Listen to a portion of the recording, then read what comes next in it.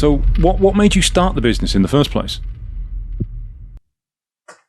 That's a very good question. If your product's not there, people overlook the main thing, which is you're selling is the product. If it's not quality, you're not going to get repeat purchases. And I think that's in business terms, and people are like, oh, I can't be bothered. Can't be bothered because there's too much competition. Well, no, we'll beat them. Throwing money is actually, can be the worst thing you do. Today on The Engaging Marketeer, I am joined by Jack Walker from OptiModo Marketing, and we're going to be talking pretty heavily about Facebook ads because Jack is very deep into the Facebook ads. We're going to be talking about targeting, we're going to be talking about ad types, and we're going to be talking about how you earn genuine revenue through Facebook ads and not just run ads and waste your budget. And Jack is also a BNI member, so we might talk about BNI a little bit as well. It's all about how you use your connections, use your network and stuff. And I think people just think turning up to meetings is going to make them busy. Exactly. That's not the case at all. Yeah. Actually, if you go to meetings and don't do anything else, you're probably damaging because people think you're ignoring them or not interested in their business. And so, yeah, I mean, I like it for a personal development side of things as well. I think it's great. I really do. That's the bit that often gets overlooked. People don't realise that. Everyone just joins for the money. They join for the business. What can I get out of it? And then you'll get members in the first year who aren't getting the returns that they want because they're not putting anything in. And they go, I'm just going to leave. It's not working for me. And they're the ones that go around telling other people that it was shit. It didn't work. Don't bother with it. But if you do what you say, use it for personal development. How can you improve? How can you get better? You learn so much, including how to look out for referrals for other people, which also helps you learn how to look out for business for yourself that you wouldn't otherwise know. Well, and also I think as well, this is how I explain networking to people, and I like analogies, right? I look at it like Christmas. So when you start networking, it's like when you're a kid and you're 5 years old and it's me, give. That's what everybody starts when they start networking. When you mature at it, actually, the giving of the presents is more satisfying. The giving of the business is a lot more. And guess what? Once you learn about giving and give, it comes back twofold. So, it's about maturing quickly rather than, I mean, Darren, there's people who go around going, okay, that's your number. Okay, I'm going to call you about my business. It's like, if I was interested, I would have said, yeah, let's have a chat. Rather than you cold calling me, and now I realise what your full intentions. Yeah. There's some people use it really, really badly, really badly. There's one issue coming up at the moment in our group with a member from another chapter, and they seem to be booking one-to-ones with new members, but they're not doing them themselves. They're passing them on to someone else within their business. So it's not a BNI one-to-one. So new members are doing it because they think it's a one-to-one. They're not even sure how to log it, but of course they can't because it's not a one-to-one. And it's just a pitch from someone else. I just can't think of a worse way to do it than that. Well, no. And then that's because, look, I'll be very honest. Even if people are in my BNI group, I'm not going to recommend them if I don't think it's a good match. It's because it's your reputation on the line, and that's where the Grow BNI Connect comes in, and networking outside of your chapter is going to be key. So, take it with a pinch of salt, eh? Right. So that's BNI covered.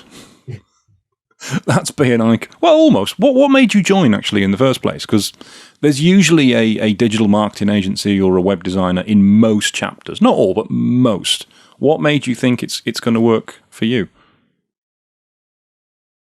Do you know what? I just started my business. We were like 6 months old, and my business coach said, "Look, come along. There's a networking." It was on Zoom. It was a core chapter still. There wasn't many people. Went along. I had a little look, and the rest is history, really. Again, I joined for the personal development side of things. Oh, really? That's why you joined, not for the business? Yeah, because I think it's really important to develop yourself and your business, because I don't think you can develop a business if you're not fully developed yourself. No, that's absolutely true. So, and I knew that if you're going to be a business owner, you've got to be confident speaking in front of people. You've got to be able to basically talk about your business in layman's terms. All of this stuff being teaches you.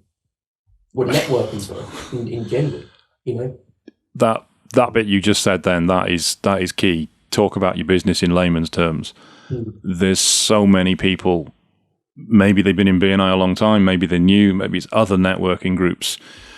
Even when they're putting content on their own websites, they do not put themselves in the position of their target client. They talk about their business from their own perspective, from their own knowledge, and they'll use keywords and buzz terms and industry-specific phrases that nobody outside their industry has a clue what they're talking about, and they'll just keep doing it and wonder why no one's giving them referrals. Because nobody understands what the hell they do. Yeah. That is such a key thing, talking about your business from somebody else's point of view. You pick that up really early. Yeah, that's the key, I think, in networking, I think in business as well. Look, Darren, I don't want to teach you how to suck eggs, right? But it's in terms of business, people come and say, and I'm sure they come to you in terms of, oh, I've got a problem, I can't market my business, right? Your ads look fine, your workflow looks fine, your automation looks fine, but actually what it is you're talking at a high IQ level. If I come up to someone on the street and go, oh, your CPA, your CTRs, your CPM, all of these terms on Facebook ads, they're not going to have a clue. But if you speak in layman terms, guess what? It's all about educating. And if you can educate on a lower level, you much prefer to go on a lower level and people have an over-understanding than an under-understanding. Right. So what made you start the business in the first place? That's a very good question. I thought it, well, I try to ask good questions. Do you know what? Family all run businesses, and I love a challenge. Well, I think it's key in life to push yourself further and further.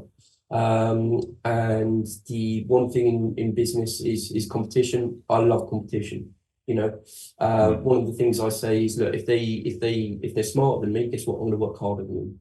If they're working harder, I'm going to work even harder, or work smart. There's a famous thing that Bill Gates said is he actually hires the lazy people, and the fact is because they work out how to do things quicker without actually putting effort in. So it's about working smart, but. No, in all seriousness, I just think the possibilities are endless, and I like the way the future is. Your paycheck is directly proportional to the business's, profits and performance. I think there's a big gap in the market where I like to say digital marketing agency is a pirate market. Too many people have just come into it. Thought, okay, this is going to be a really good way to make a quick buck, and actually, it's bloody hard out there.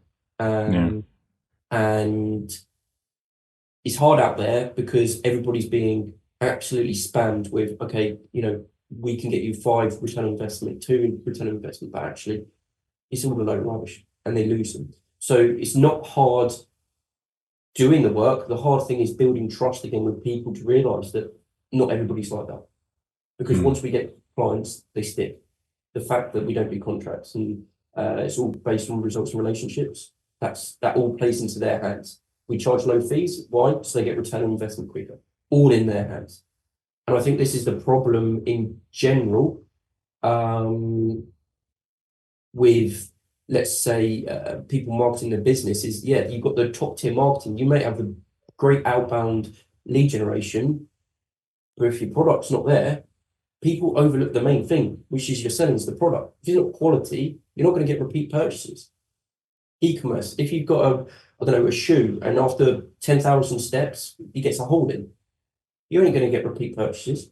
You may have the world's best advertising agency, but actually you've got to look at the product and service. It's got to be up there.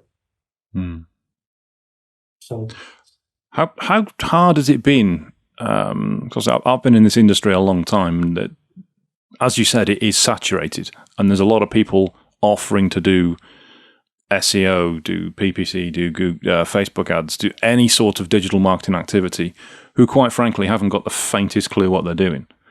And it's really difficult from a business's point of view to know whether somebody is good at what they do or whether they're just good at bullshit.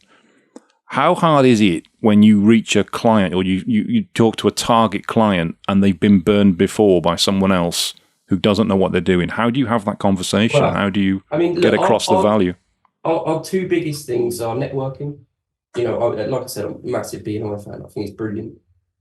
But the other thing is, people who are already running agencies, right? So a few times, people are worried, oh, it's another agency, they're going to do X, Y, Z.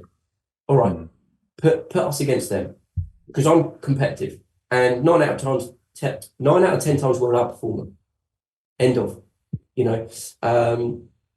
but it's about reassurance. And look, Darren, I'm not here to sell. And I think that is the point of any business. You're not here, is in figurative speaking, but if you go sell, there's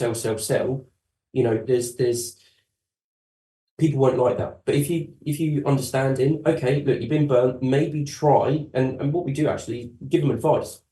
Tell their agency that they're currently using, can we have reports every week? Can you tell me the cost per lead? Can you tell me, instead of, because a lot of people hide in terms of, they talk about the ROAS, return on ad spend.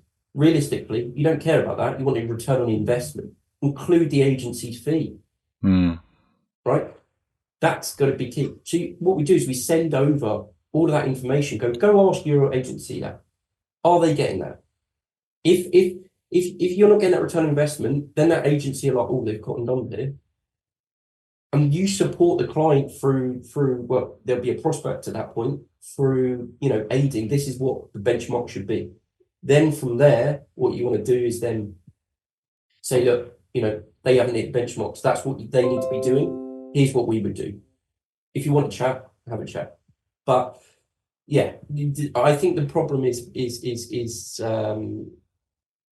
people have already made their mind up. Like B&I, like marketing, like Google ads. People go, oh, it doesn't work. Well, of course, it's never going to work if you don't have the right tools. The fish is never going to be able to climb a tree. Simple. So, and I'll tell you now, the digital marketing space is getting bigger and bigger and bigger. I looked up some stats actually, Dan. I've got them up here. Oh yeah. Do you know how many emails are received each year? Each year? Yeah. It'll be in the trillions. Go on, give me a number. 5 trillion. 102 trillion. Jesus Christ. Right? So imagine being an email marketer. You are just now getting more competition, right? Yes, there is, but here comes the spin, right?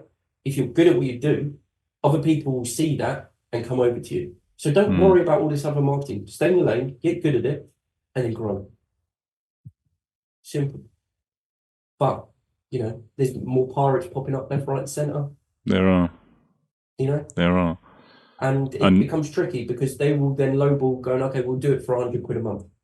You lose your client. They go there, they've muffed everything up. We had an agency the other time where they created the ads account. This client spent well over 50k, right? Guess what? As soon as they cancel the contract, they cut the access. That's the client's data. Yeah. It's an unregulated market, which is a bit of a pain, to be honest. There are no, and because it's a new and evolving market, people don't have expectations. Yeah, I've seen that before where agencies will block access to an ads account or delete the ads account altogether, or on Facebook they'll just remove the pixel and delete the pixel. It's a bit dodgy. It's not right. It is the client's data. It shouldn't be something that the agency should be controlling. You mentioned staying in your lane. Is your expertise more Facebook advertising opposed to SEO, or is it something that your agency covers everything? I mean, to be honest, the main drive, look, we're a small agency, so we're flexible, right? But the main drive for us is the paid ads. Paid ads, cool. The reason being is they are becoming more and more competitive, which is actually, and people think, oh, I don't want to do that because it's more competitive. For me, that is, wow, brilliant. Come on, let's set the fireworks off, because more competitive means you have to be better to then compete. Guess what? You're going to need an agency. Bingo. It's all the way how you think about it, And I think that's in business terms, where people are like, oh, I can't be bothered.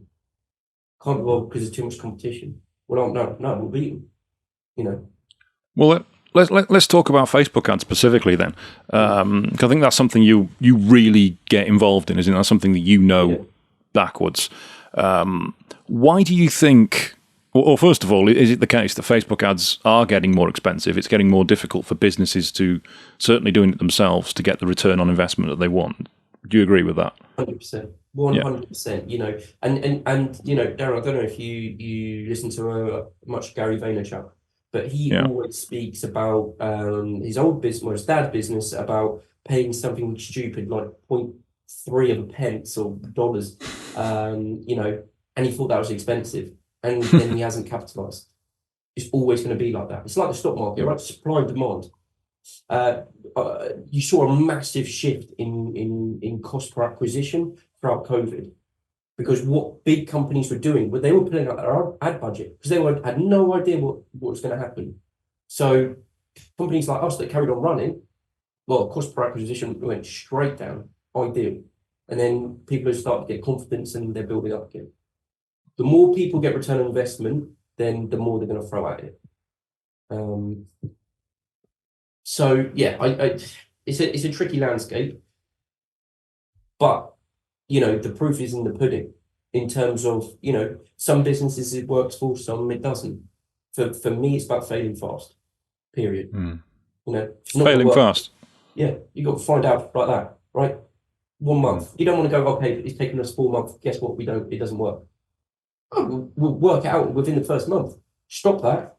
Don't do that for another, because markets change, right? Leave that park it up for a year. Okay, so maybe we need to do this, we need to do that. Maybe direct mail is better for you, so we'll pass you on to someone else. Because there's nothing more, I take business personally, I know I shouldn't, but this is someone else's money. In terms of, I can't be spending it knowing I'm making a loss. So why do you think Facebook ads is getting more expensive? Supply and demand. I think there's more people spending. The ad spend, I think the ad spend, I haven't got this written down, but I read it somewhere that the year-on-year ad spend on last year went up 6.4%. Right? People go, oh, that's a tiny amount. We're talking billions. We're talking billions. So put that into perspective. If you're bidding on someone who, I don't know, likes wallpaper and also supports Tottenham, right? There's also 3 other people wanting that, so you're going to have to pay a bit higher to reach them. Not only that, the population of just in general on social media is going up and up and up and up and up. Yeah. So it's attracting more and more people, but it also means that it's getting more expensive to actually make an impact because there's so much content on it. Content is key. Again, you can have the best product, you can have the best customer service. If your content is crap, so online, you don't walk down the high street. M&S has got all branding everywhere. M&S banners, the top, they've got the cafe. They don't just have it blank with just food, do they? Some people are doing that on online. It's about all it is. You don't even have to reinvent the wheel. Sell the problem is that people sell the product, and I'll be really honest with you, Darren. No one cares about the product. No, it's about the journey from A to B, right? You sell the road. You can go from here to here. All you are is a vehicle. We can take you from A to B using the vehicle, right? Because if you scale everything back, you look at shampoo, right? I'm not an expert in shampoo, right? But the majority they do the same. What's the difference in sales is the way they market it, the way they brand it, their price points. But the journey is still exactly the same. Yeah, some may be like economically friendly, some may be, I don't know, made in the UK. But the point is that the journey's where the value is. And people just skip that completely. What do you think about the targeting options on Facebook? Because from what I've seen, they are removing more options on an almost weekly basis, and it's becoming more difficult to get the audiences that you need for particular clients and businesses. Yes, well, I don't want to give away too much secret sauce here, Darren. No, it's okay. But basically, you know, what we found is actually not targeting at all. In terms of look, targeting in the sense of, okay, if you've got a skincare brand and you're aiming for ladies between 30 and 40, and that is your perimeters, put it in. But what you need to test is open targeting, right? Train is all it is an algorithm. People think, oh, it will push out these people like that. And if you are looking for ladies who are interested in dresses, right? Their feed's going to be filled with dresses, right? Because everybody and their dog's going to be marketing to them. So the difference is what you need to do is, okay, go to Facebook. Okay, here's open. Is it working? Brilliant. We'll scale that. Let Facebook learn itself where people are. In essence, marketing is like a big pond. You've got to dip your hand in different sections and find out where the fish is. But Facebook does that all for you. All you've got to tell them is, okay, we caught fish over here. Let's go and put another 3 lads over there and we'll fish and we'll get more fish. Rather than fishing where everybody else is. It's, you know, at the end of the day, Facebook, you are, and it is kind of scary if you look back at our business and livelihood is all to do with the Facebook algorithm. Because it changes all the bloody time, right? Yeah. But the point is you've got to learn how to work with it rather than telling it, because it can work out. And then becomes down the whole iOS tracking, the external parties tracking, Facebook not being accurate. You've got to be on the ball with that. You have to be on the ball. Because I've seen so many people go, oh, but we scaled up this and because Facebook said it was getting a free ROAS. Well, check your UTM codes, check your tracking, right? Actually, it's not. So you're scaling up the wrong things. So if you're not tracking properly, ignore the numbers on Facebook in terms of sales. You track the ones that are, because no one cares about engagement stuff. You want raw sales. You want money in the business. It's become, I'll tell you what, it's become a hell of a lot harder, but then again, it comes great for an agency. If you know what you're doing, if you don't, then you're screwed. Yeah, no, that makes sense. Yeah, it's more difficult for other people, more people spending more money, which allows you to shine. Exactly. And don't get me wrong, there's loads of add-ons, right? No one is going to come to a shop, right? You walk, so let me give you an example. You walk in the high street. There's no branding, nothing. You don't even know what the shop is. It's got a little logo at the top. You walk in and there's one product. That's it. Product with a price. That's exactly what people are doing when they're making a Facebook page and not even making any content on there. The point is you have to make content as well, organic content. So they go hand in hand, but it has to be valuable. Again, worst thing you can do is buy product. You educate them. You show customer reviews. You show how it's helped. You show other products that aren't yours that can go hand in hand. Because, again, I've got another stat here that over 55% of buyers research via social media. So when they're in, I don't know, John Lewis, they see a radio, they're going to go on social media and see kind of what people are saying. They're going to go online, look at reviews. So it's really important that you don't just do ads. You don't, let me ask you a question. How many legs does your table have right now? How many legs? Yeah. I'm going to go 4. Okay. So why are people relying on their marketing with one leg? That's a good point. Is your table going to be stable? All right, you may have a really big leg and it may be a bit more stable, but it's not as stable as 4. I can rock, well, I don't want to rock it too much, but I can rock my table and it's okay. The more legs, the better. So yeah, it's about educating people using the right kind of marketing and using the messaging correctly as well.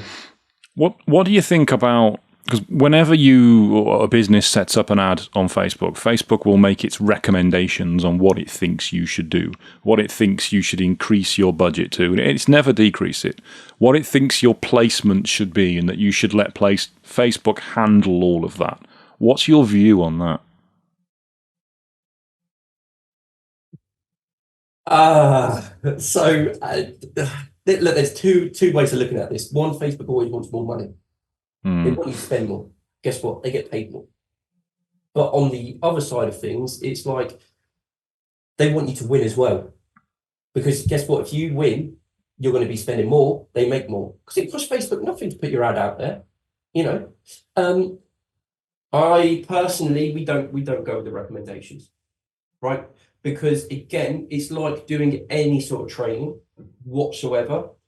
If everybody does the same training, right? You go into the army, everybody's got different hairstyles, right? Come out the army, all got a buzz cut, all the same, right? How are you meant to stand out from the crowd if every single brand that you compete with are all doing exactly the same?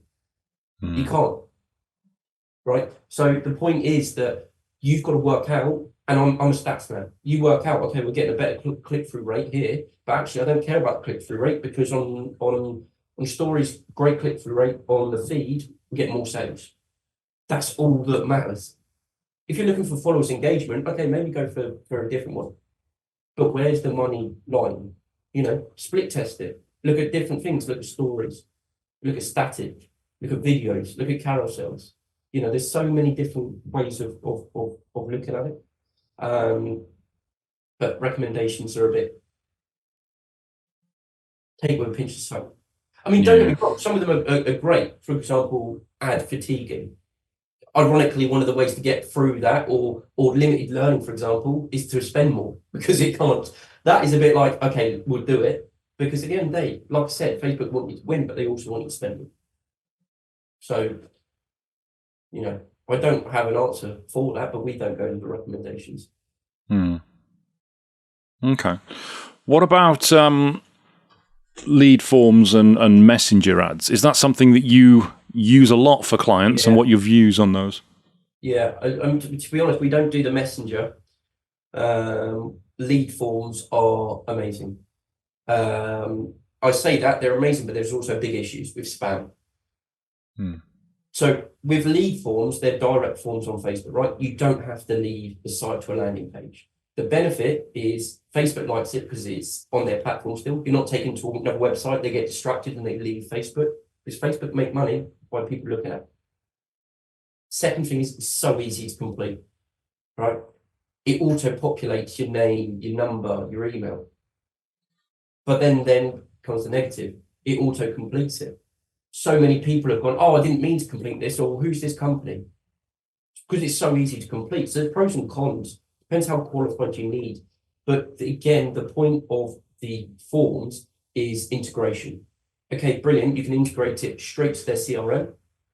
They get then an instant text, the client does, and the prospect does. So when I mean the client, I mean our client, the prospect of whoever fills in a lead gets a message. So there's that already, that building up that, okay, you did submit a form. So when they do call you, they know who it is.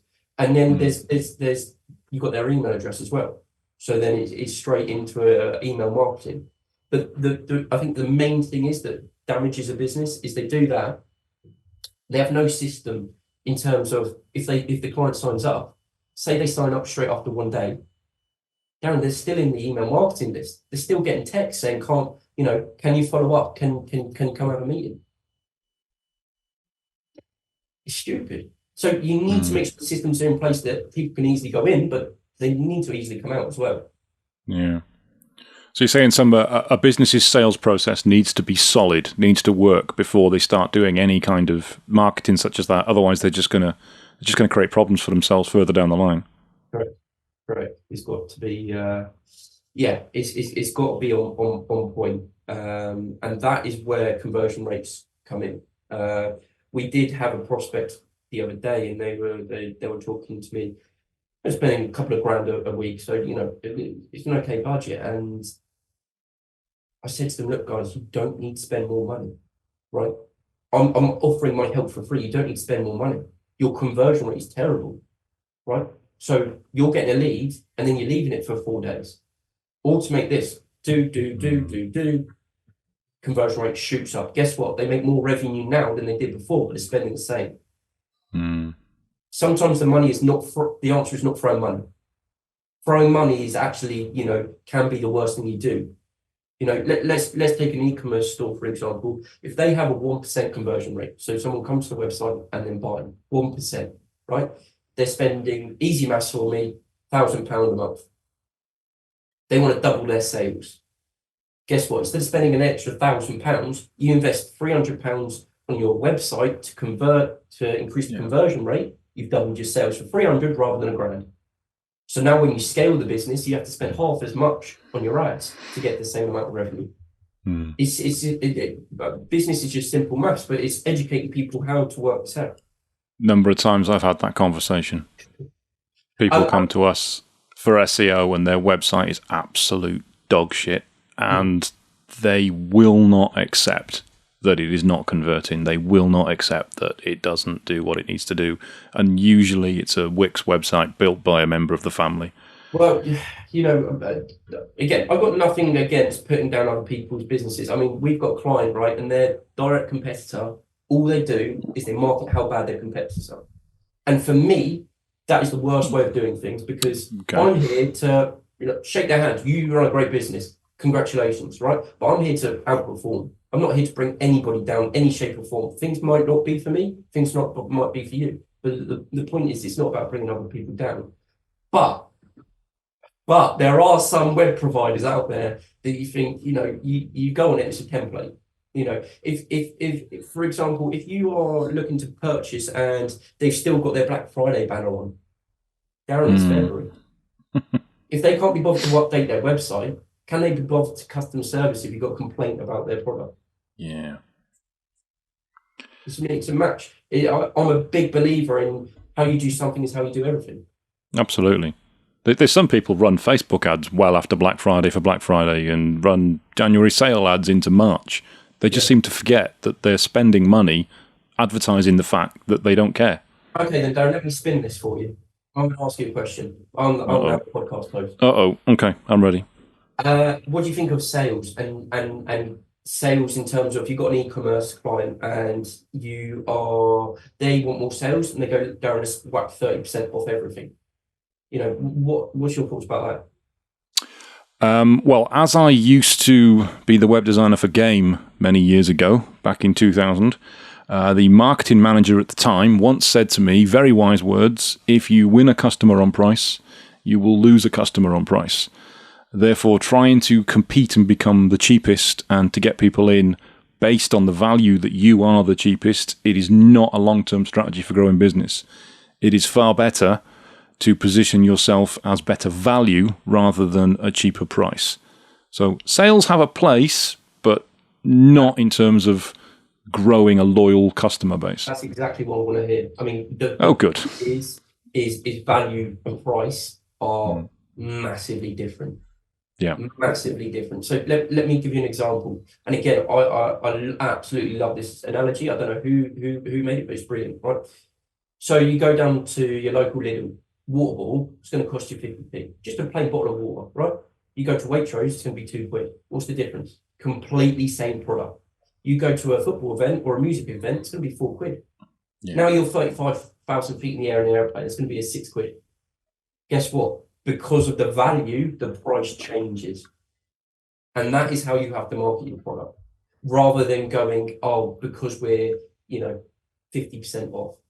Guess what? If people always run competitions, you're going to generate a fan base and MailChimp list of people who just want stuff for free. They're useless. They're absolutely useless. Right? Yeah, they can be great for engagement stuff, but engagement don't pay the bills. The point is you need to educate people on your product and service, on the value. Why? And again, it goes back to that road. Why do people take them from A to B? Okay, skincare, you may have acne and we'll get rid of it. They don't care what's in the middle. We'll get rid of it in 10 days compared to the other competitors that are 5 months. That value is now shot up rather than the price. Now you're justifying you're double the price because you're doing it 5 times quicker. I heard that water story almost exactly the same as that, but it wasn't an airplane, it was in the desert. And it was just last week, and it wasn't the first time I'd heard it, but I can't remember where it was either. I don't know whether it was Dragon's Den, whether it was in a seminar I was in, but I heard that exact same story just last week. It's weird how you hear these things so close together. And this is the power of the internet and social media. I'm telling you right now, it's the algorithm. You've got to learn to run with it. Learn to run with the algorithm, make it work for you. One thing. So one thing we do is, yes, okay, certain systems may work for PPC for plumbers in a local area. We've got a couple, but guess what? They're not competitors because one's up north, one's down southwest, and one's in the east. Right? They're not going to travel 200 miles to fix a boiler. So we got a system that's working, and we copy and paste it basically. We go to client. This is what we've done before. We can do the same to you. But there's loads of different variables like the town they're in and the weather and stuff like that. But the point what I'm trying to make, Darren, is that just because it works for someone, sometimes it doesn't work for someone else. Right? So, it could be that you're running a Facebook ad and someone in the exact same business runs it and it just doesn't work. So it's about finding kind of your own lane using social media. You mentioned, I think about 15 minutes ago, I think it was now, and I keep meaning to ask about it, but we get distracted. You mentioned how some businesses run ads and it doesn't work for them. It's not right. And increasing the budget isn't right for them. Now, I've seen this myself. It's not right for every business. It's not right for every industry. If there's a business owner listening to this, what should they be thinking of before they go, right, I'm going to set up and run a Facebook ad now? What should they get right within their business first? First and foremost is, have they got the capacity? The worst thing you can do is start running ads and let's just say they do work or they don't work and you don't have the capacity. You've got to have the capacity to fulfill that. Second of all, you've got to have the product or service ready and you've got to over-deliver value. In terms of that, if you are, let's just say you are, okay, this is going to be a really bad example, but I love my analogies. You're a window cleaner, right? You charge, and again, I have no idea how much window cleaners cost, £10 a window, right? That might be brilliant, that might be terrible, right? It's the market average, let's just say. But after that, you drop off flowers and chocolate afterwards. Guess what? You're adding value, right? So it's the same as online businesses. You've got to add value somewhere. Can you add a thank you gift? So getting that system in place first. Secondly, what you have to do is market research. Facebook ad library. I don't know why nobody knows about it. The fact that you can see I know, it's brilliant, isn't it? People's ads. And Darren, the main thing is, if your competition are running an ad from October 2022, it's going to be making the money. Nobody, I'll tell you now, Darren, if I said to you, go do a leaflet drop, you keep doing that every month since 2022 and it's making you lots, would you carry on? Not a chance. So they're running ads since October 22. It's going to be making them more money. So you look at that and you go, why is that working for them? Look at the competition, right? Look at the landscape. Look at their Google ads. Look at their website. Are you on par or better? And if you're not, how can you utilize your USPs to become that? And then the other thing is just seek advice. Maybe not from me, maybe not from you, but someone who's been there and done that. What do you think I need to do in order to get there? Do you think I'm ready? Do test orders. Get your friends to do a test order. See what happens. Put your Shopify store on development only. Try pushing through orders. See what happens. There's so many little things that we've had before. Like, oh, I realised I can't print labels. Well, you've got freaking 30 orders now that need to be shipped out today. What are you going to do? You can't handwrite them because A, that looks tacky, and B, that's not scalable. So, yeah. Systemization, research, and then test. But I hate the word test. The reason being is, for me, we never leave testing phase in anything we do, right? You can't go, I'm running this ad because it's getting, for every £1 I'm spending, it's getting £2 back. Okay, and let's run 3 different ads. We've got the winning one, we knock off the other 2, and we try another 2. And we're always testing. People think testing is a period of time that starts and finishes before something happens. And actually, it needs to carry on the whole way through. It's a continual process, yeah. Yeah. Continual improvement.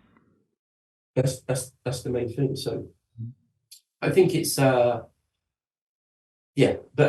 it's education in terms of, I think stuff like workshops are really good for people. Look, we don't do workshops. I can't stand speaking in front of people. I can't stand teaching, because I've got. That's a shame. I think you'd be good at it. That's a shame. I appreciate that, but I've got a different way of thinking. And sometimes when I explain things, it comes across differently. I work in analogies all the time. I'm very dyslexic, you see, so I don't do written down. I do doing, live tutorials, X, Y, Z. So that's where I think the power comes in. Well, that would probably work really well for workshops, because most people who run workshops do them really badly, and they'll fill a PowerPoint screen with text and they'll read it all out, and people will be bored shitless. But if you do the whole thing as analogies without text on the screen, because nobody wants to read it anyway, you'll appeal to the kind of people that would be your ideal client, because they'd be like you. But this is the thing. I want to, going on to other ways of thinking. I used to think dyslexia was a pullback. It's actually, use it to your benefit. There's so many tools out there that can help you. But the point is that things like networking sometimes aren't that easy for me. I get distracted quite easily in terms of everyone sitting there for an hour and a half, because it's frustrating, because there's no visuals or stuff like that. Yeah, presentations and go on. But I think that's where there's a massive gap in the market. And I really want to be able to help people, because there's a high percentage of people are dyslexic. A, they don't know, or B, they don't want to talk about it. People think, oh, he's dyslexic, I'm not going to work with him. Brilliant. I don't care. If you don't want to work with me, that's fine. Right? But it works. We've got a process that I do something and then someone will check it through. We've also got things like Grammarly, check all the spellings. But what I'm trying to get at is I want to be able to create stuff like networking that's friendly for people who are dyslexic, dyspraxic, maybe got ADHD that, can't just sit there for 3 hours on end, I've got public anxiety, to make these more tailored events around people, business owners I think that would be an amazing niche to do. Facebook ads workshop for the dyslexic with ADHD. Because I think people, and it makes me sad that people don't reach their full potential because they're worried about what other people think. And I think it's about working out stuff. So sometimes networking is a case of, okay, just relax, deep breath. Okay, you've got your sheet, learn about the other people, then go out and listen again. And you've got notes. The point is you write notes. My notes are terrible, Darren. I write them, I get outside and I think, what the hell have I just written? Right? Yeah.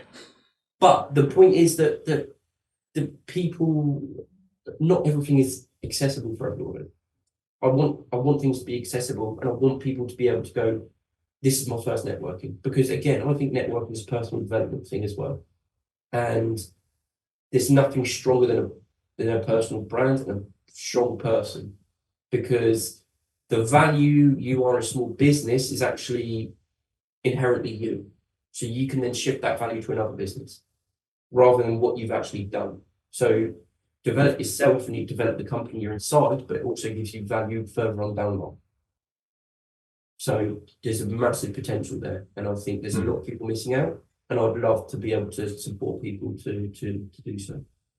That sounds a fantastic idea, and good luck with it as well. So it's all ideas at the moment. I've got two. It's all idea. Everything starts as an idea. It does. Dreams start as an idea. It's about action. Because I think, again, I've done some research on Darren. You're the co-founder, correct? Correct. So tell me, what made you go and sign that company's house form to create your company? What made you, where's that idea come from? Because I had spent far too long working for other people who were doing it for their own financial benefit and not for the support of the businesses which they were meant to be helping. Okay. So, and that's come from an idea, right? Yeah. Yeah, and an absolute frustration of what I was in at the time as well. And then that hasn't come across without action. So the main thing is people have, I'll tell you what, Darren, there's about 5,000 multi-million pound businesses in the UK, but they're all up in everyone's dome. It has to be actions. You have to action. An hour a day is not enough to action something. But it's like the gym. You constantly turn up every single day.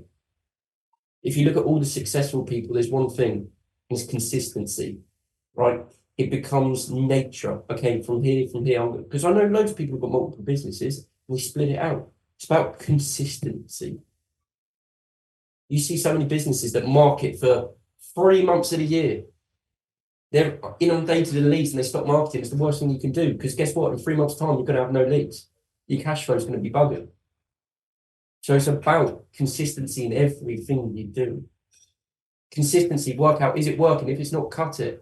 You don't want to be consistently bad at anything, because then you're hindering yourself. So, it's a mix and match, really. It really is. But the one thing is, do everything with a smile. Do everything with a smile. Enjoy it. We're all blessed to be here right now. So enjoy it. Do it. Don't take everything to heart. Guess what? Someone comes and cancels the agreement that you've got with their business. Brilliant. Thank you for working. Appreciate it. Can I have some constructive feedback? Because it's all about learning. They're on their way, right? Don't take that to heart. Guess what? It's life. Hurdles coming the way. Who cares? Guess what? Find a way around it, over it, under it. I don't care. But if you just stop and feel sorry for yourself, you ain't going to get nowhere. You're going to stay in the same position. And guess what? The world does not stop spinning unless you're a flat earther, and then it doesn't spin at all. Yeah, in which case it's just like a coffee table, but with 4 legs. Yeah, 4 legs is key, minimum. Yeah, absolutely. So, where do you see? Because obviously, Facebook ads have changed a lot over the years, not necessarily for the better. Where do you see them changing, or what improvements would you like to see coming in? I didn't really want this question, to be honest, Darren. Sorry about that.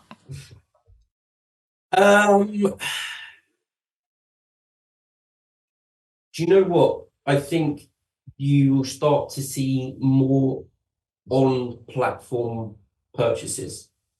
So the less need. So look at TikTok Shop now, it's ridiculously popular. Yeah. The fact that you will not need to go to an external source. I can see people building a whole business just on a platform. The other thing I think is there's going to be new, Facebook is brilliant at bringing out new technology. Some of them work really well. Some of them, personally, I don't think work really well. Threads. I didn't even make a Threads account. Did you make a Threads account? I have got a Threads account, and now you can't get rid of it. Because it's tied into your Instagram. It's impossible to remove, but yeah. That's another story. But yeah, they'll come up with loads of things, and one of them will stick. And when they stick, they are brilliant, right? So I think I would like to see things like VR into ads, right? I'll give you an example. I saw, and I don't know if it's real, but for example, you get your ad and it's for a t-shirt. So what you can do is put your phone, I don't know, on the cupboard or whatever, stand away, and it will fit that t-shirt to you. So you can see what it looks like on you and how the fit is. So it's possible to actually shop online and test it. I mean, I saw, again, I don't know if it's real, but I saw a video that people going up into stores, and basically on the mirrors, interactive, you choose what t-shirt, you press it, you stand back, and it's on you. Yeah. It's technology. I think too many people jump on technology because it's technology, when actually is it practical or efficient? You're right. That VR thing, that makes perfect sense, because obviously Facebook owns the Oculus Rift. It was their product. I've got the 1 and the 2. I don't use it anywhere near as much as I should. And augmented reality is more of a thing with the Oculus 3. I've bought the Ghostbusters game that I still haven't played yet, where you can walk around your own home busting ghosts, which looks incredible. So it makes perfect sense that Facebook ads would be incorporated into that, so that you can actually see products on yourself or in your own home through the ad. Well, I've spoken to people about it, right? And the people are like, oh, well, they don't have the right technology phone. Guess what? Facebook, you can choose what phones you're going to market to.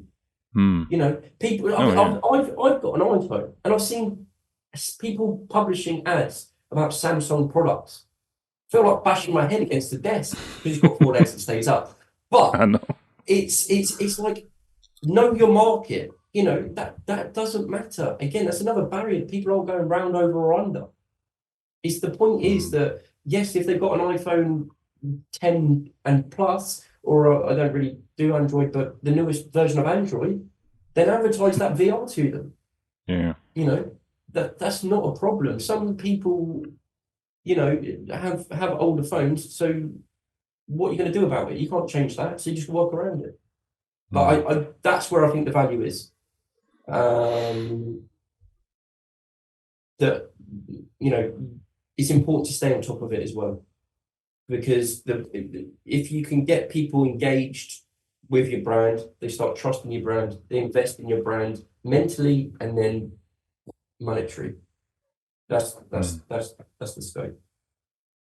Yeah, that point you made there about showing the ads for an Android to people on an iPhone, that's such a simple thing in Facebook ads, just excluding the people you don't want it for. I've had ads put to me for Arsenal FC products when I'm quite clearly, it's all over my profile, Liverpool supporter. It's very easy to exclude me from those ads. I'm never going to buy an Arsenal product.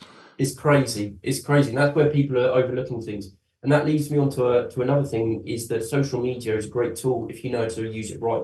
So there's a massive difference between telling people what you want them to know and telling them information they want to know, right?